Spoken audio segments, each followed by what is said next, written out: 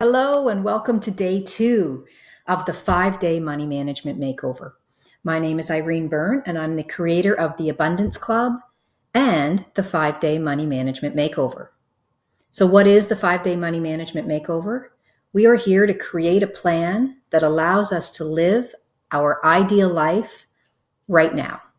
We want to get a plan for our money so that it's doing for us what it was meant to do, to help us live our best life. We earn money not for the sake of having money, but because of what it can bring us. And that's what we're going to be focusing on.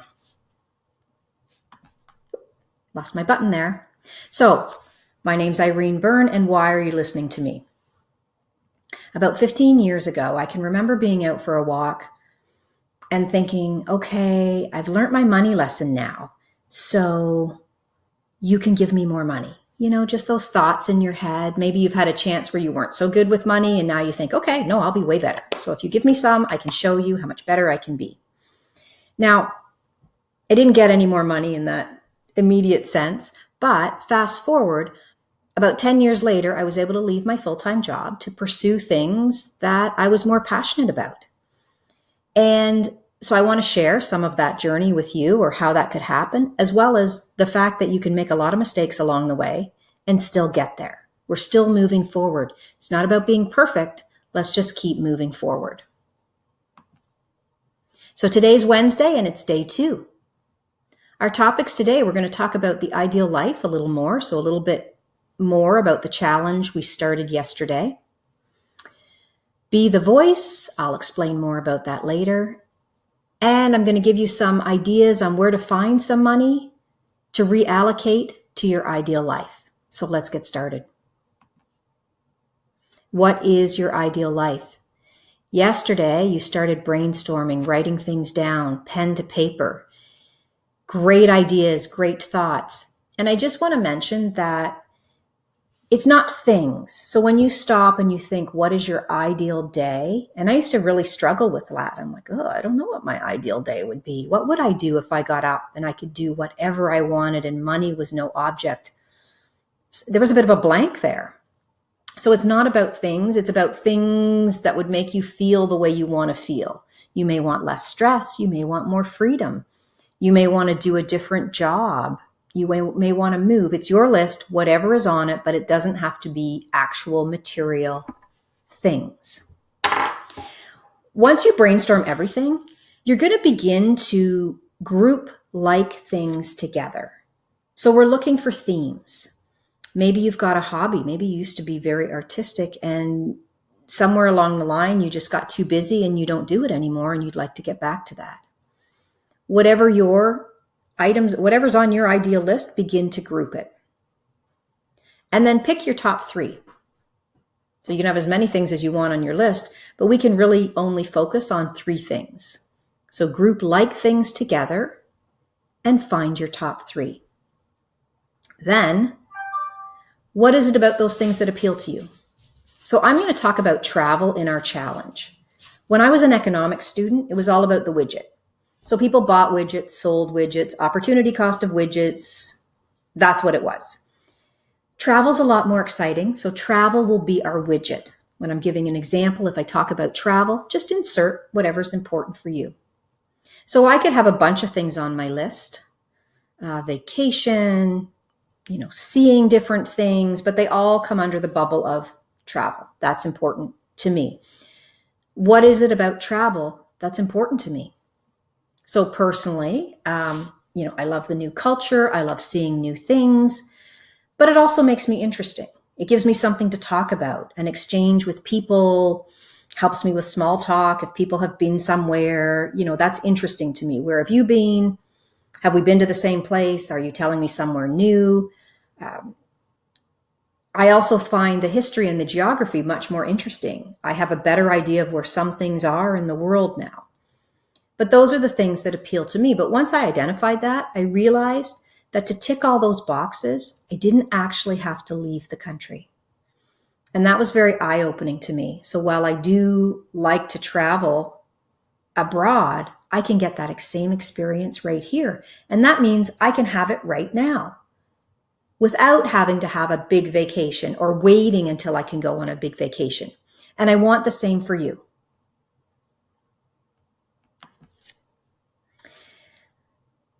Let's move on to the 5-day no spending challenge. So how did it feel? It's only been a day.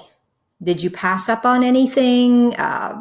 Was there an opportunity for you to spend money? Did you spend it anyways because you didn't want to say anything? I'm just curious, right? It's your experience, because even the fact that you spent money when you would have preferred not to is eye-opening.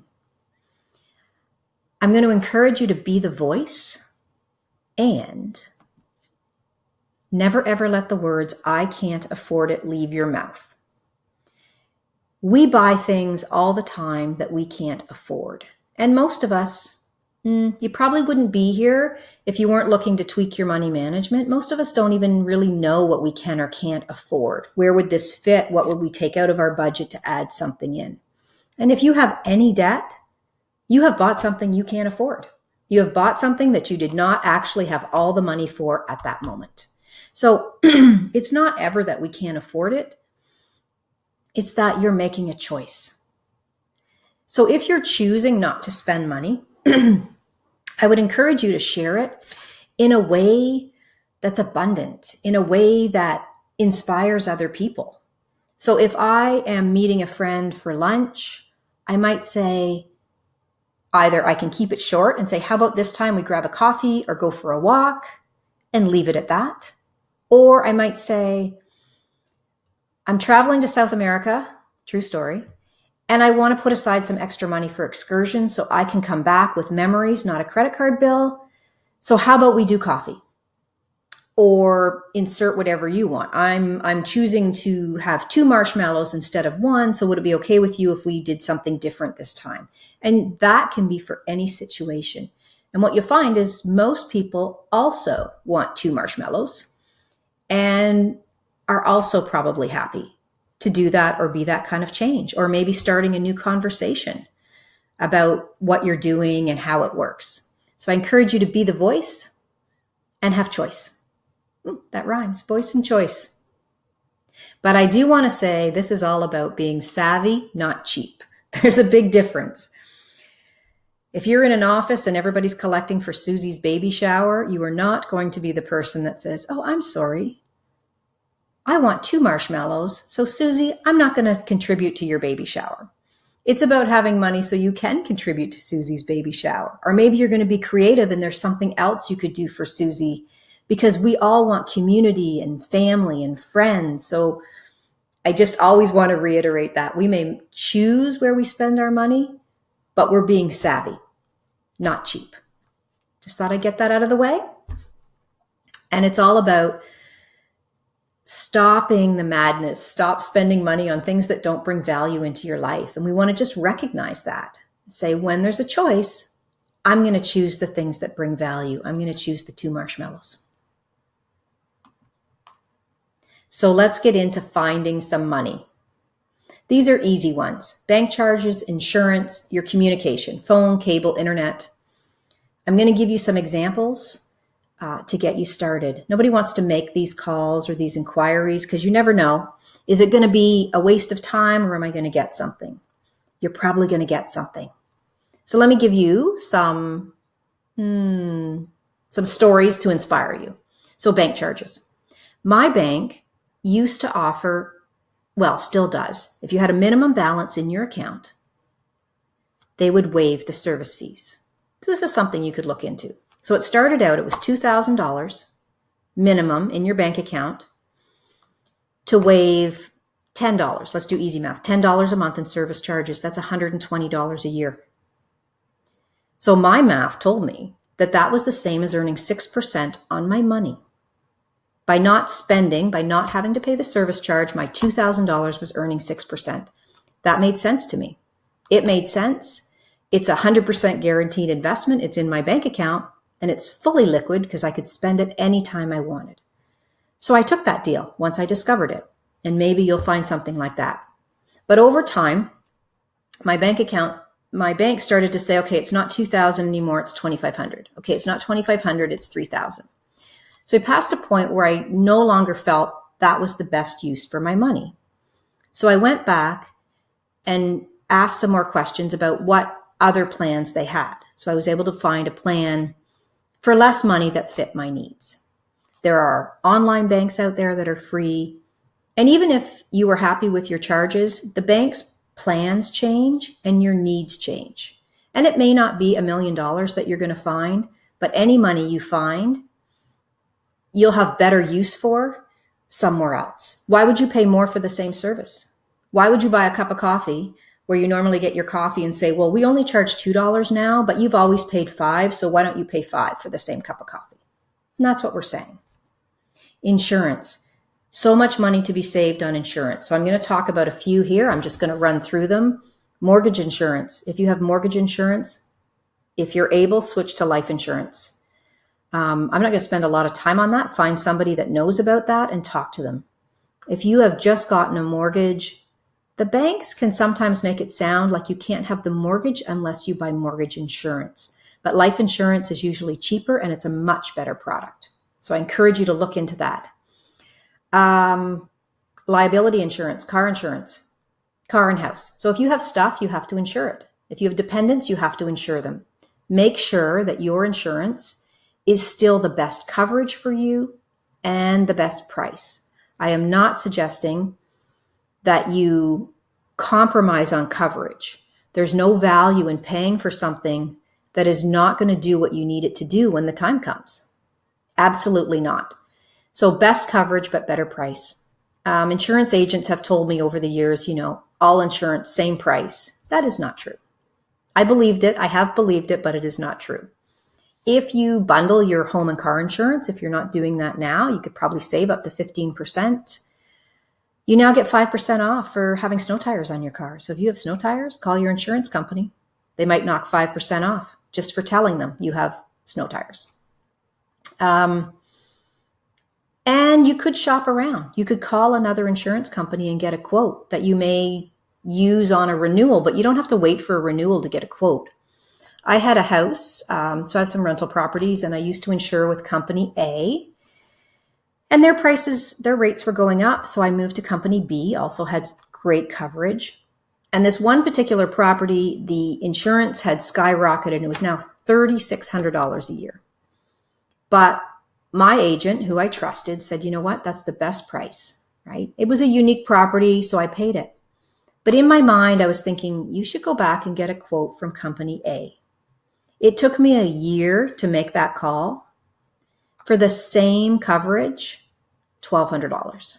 That was $2,400 I paid in that year. It upsets me even just to say it. I'm happy that I'm making that savings, but I'm also kicking myself that I didn't make that call a year ago, that I didn't find, I don't know, would it have taken me 20 minutes to make the phone call for $2,400?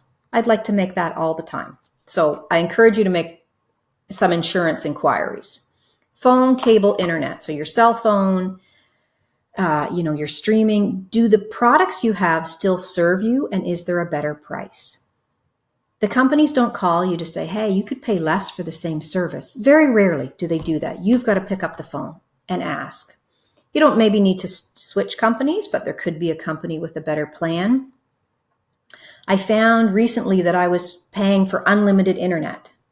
But the next level down, whatever amount of internet that was, which was $10 cheaper, I never even came near that lower tier. Never even in all my usage, because they'll tell you what you're using. So of course, I opted for the $10 less. Now, it's not a fortune, but why would I give away $10 more than I need to for exactly the same service? So buckle down. Check out your bank, your insurance. There is money there, and post about your savings in the group. I know you will find some. And when you find things, it inspires us to know what to ask for. Maybe if you didn't know about the discount for snow tires, you'll go and ask for it. And I'm sure you'll find other things that I don't know about that we can share in the group. A few other things to think about. Living a simpler life means you need less stuff. Less stuff, less complicated, less stress. Most of us want that. So I'm just going to mention that. Since you're not spending any money, go through your house and get rid of all the stuff you don't use. Now, I love this exercise because you really pick up things that you spent money on that don't bring you value. And you can look at that and say, oh, why? And just remind yourself that a lot of times you're buying stuff that you don't need. Or maybe you love everything you own. So we've all got bins tucked away in the garage in the basement. Go rediscover the stuff you have. You may find you've got some really great stuff. And go outside more often. Most of us don't get enough fresh air and exercise. It's good for the mind and it relieves stress. So that brings us to the end of day 2. To summarize, post about what made the top 3 on your ideal life list. And maybe you'd be surprised at some of the things that came out. How does it feel not to spend any money? And of course, if you found some money, share in the group. Have a wonderful, wonderful day, and I will meet you back here tomorrow for day 3.